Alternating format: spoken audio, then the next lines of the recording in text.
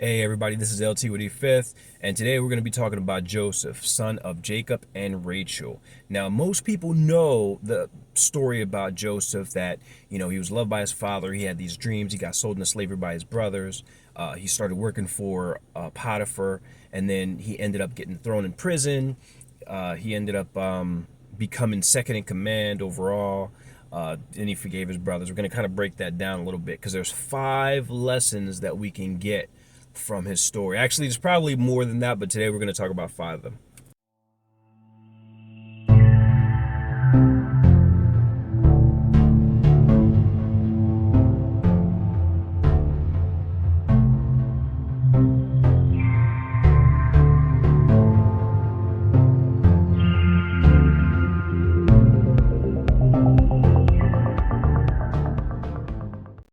So the story of Joseph starts in Genesis 37:1. All right, and we see here that Jacob, his father, loved him very much, kind of more than the rest, and we'll get into that in a different video.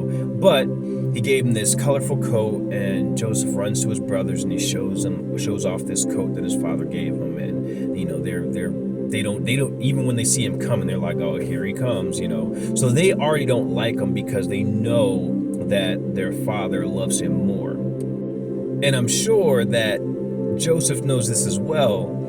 So when he comes to them later on and he's telling them about his dream, it could be a little cocky, it could be a little upsetting. So then in verse 7, Joseph talks about his first dream. There we were binding sheaves in the field. Then behold, my sheaf arose and also stood upright, and indeed your sheaves stood all around and bowed down to my sheaf. Doesn't sound so good when you're telling your brothers that already hate you. So verse 8, and his brothers said to him, shall you indeed reign over us, or shall you indeed have dominion over us? So they hated him even more for his dreams and for his words. So in short order, he tells about another dream that he has, and even his father rebukes him on this one. So lesson number 1, you can't tell everybody your dreams and your goals. So on the one hand, you're going to have people who are going to hate on you and try to block you from getting to your goals, making it that much tougher. Sometimes it even either delays you or stops you altogether because you feel frustrated. Then on the other side, you'll have people who actually love you but don't see your vision. They don't believe in your dream, and maybe even they're trying to protect you in their own way, and they're going to stop you from accomplishing your goals and your dreams.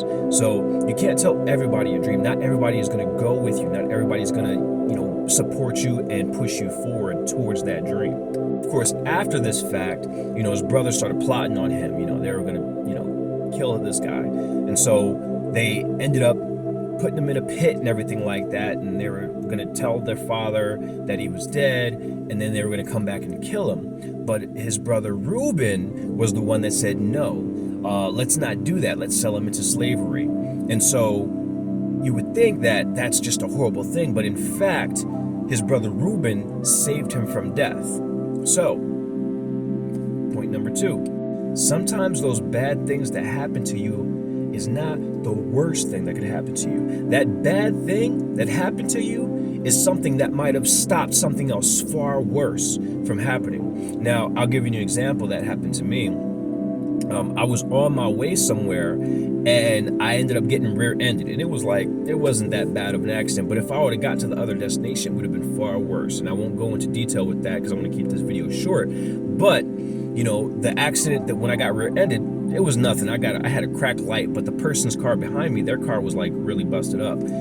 They had a newer car and mine was old-fashioned, so it was tough. But that was a minor inconvenience that stopped me from something that would have been a lot more disastrous. So, take a lesson from this and know that just because it's a bad thing, it's an inconvenience, God might be stopping something really big and really worse from happening to you. So take that in consideration. So after Joseph was sold into slavery, he started working for Potiphar, which is right there below Pharaoh, and he was doing a great job. He was very revered by Potiphar, and unfortunately also Potiphar's wife.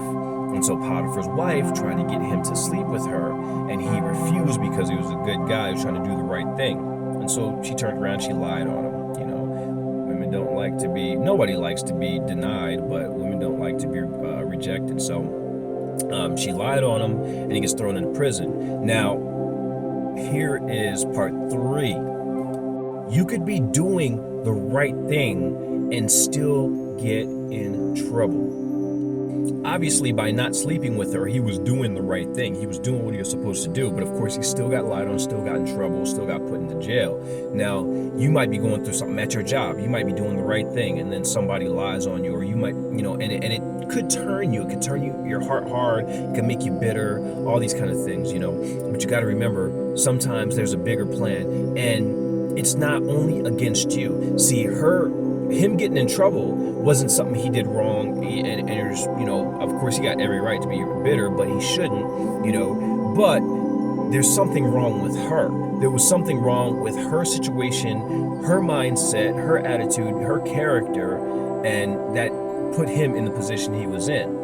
Unfortunately, at your job, there's going to be people around you that have not so good of a character, and you could be doing everything right and still get put into bad situations, but hold your head up, keep moving forward, keep doing the right thing. Do not grow weary in doing good, all right?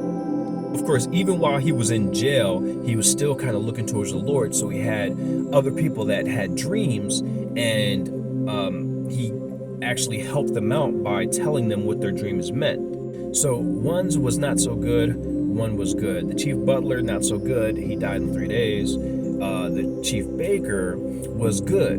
And you think, when Joseph told him the dream, he said you're going to get out of jail in 3 days. Now, you think that was going to happen anyway, so Joseph didn't really do much. But imagine how much hope that man had, at that time, once he told him that he was going to get out in 3 days, because who knows how long he was in prison. Let's just say he was in prison for a month, and he has no clue how long he's going to be in there. That's very hard when you have no end in sight. You don't know and for sure, if you're ever in a situation, you're in a season right now of your life, and you don't know how long you're going to be in this season. Maybe you're struggling with debt, maybe you're struggling in a relationship, whatever, and you don't know how long this is going to go on. That's a very hard place to be in. But if you have a date, it's a little bit easier. You have hope. You have something to look forward to, right? So he gave this chief baker hope, and in return he said, don't forget about me when you get up there. And of course he forgot about him. So lesson 4 is, a lot of times for us, we might be providing something for other people. You might be providing hope. You might be coming in every day. At one of my jobs, I was sitting up there every day. There's people that was like coming to me for scripture, for a positive word, because they knew I was positive, they knew I was encouraging and everything like that, And those people don't hit me up, I don't get no phone calls, no text message, no nothing, Like, even after my mom passed away, my father passed away, my grandmother passed away, nothing, and you think like these people forgot about me, it happens, You got to remember that just because you give, you don't receive.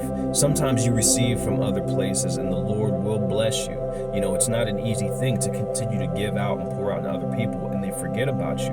But it happens. You can't stop being who you are. So that's lesson 4. People are going to forget about you. People are going to forget the good things that you did for them. You got to continue moving forward, continue doing those good things, because you have to remember, it's not for them, it's for God. So finally, lesson number 5. Pharaoh comes to him to ask him about his dream, or Pharaoh brings him to him. Pharaoh's not going to nobody. Pharaoh brings Joseph to him to tell him about his dream. Finally, the baker remembered him and everything like that, and said, hey, I know somebody who can interpret your dream. And they bring Joseph up. And so Joseph interprets his dream. And his dream, Pharaoh's dream, if you know, was about the cows and stuff like that. 7 skinny cows, 7 fat cows and stuff. And the skinny cows devoured the fat cows and everything, which talked about a drought that was going to be coming, that they weren't going to have food. They were going to have plenty for 7 years, and they weren't going to have any food for 7 years. And so by him interpreting this dream for Pharaoh, Pharaoh made him second in command, all right? And so the sun's all coming out on me now, so which is a good thing. It feels good. But so the idea or the lesson here is, look at the big picture. Think about this. So so many bad things happened to him on his way. You know what I'm saying? He told about his dream, you know what I'm saying? And then he struggled because that dream didn't seem like it was going to come to reality, because his brother plotted to kill him. They sold him into slavery. He gets put in this job, in this position that he doesn't want to be in, you know what I'm saying? But then he gets put into prison because he's doing the right thing. You know, he gets forgotten about, lied on, all this kind of stuff like that. And then finally he comes up, and now he's here. You know, now his dream has become a reality. So the big picture, your dream, to get to your dream, that's the big picture. You got to remember, there's so many small steps. There's so many things that have to come along the way. You know, I've seen, and you know that if you look at anybody's success story, it came with a lot of failures along the way, because you have to fail in order to get to this successful point. So you got to remember, the big picture is that big vision that you have. All these little trials and tribulations, all these steps of the way, all these pitfalls, all these valleys that you have to go through to get there, those are small stepping stones in order for you to get to that goal. So you got to remember the big picture.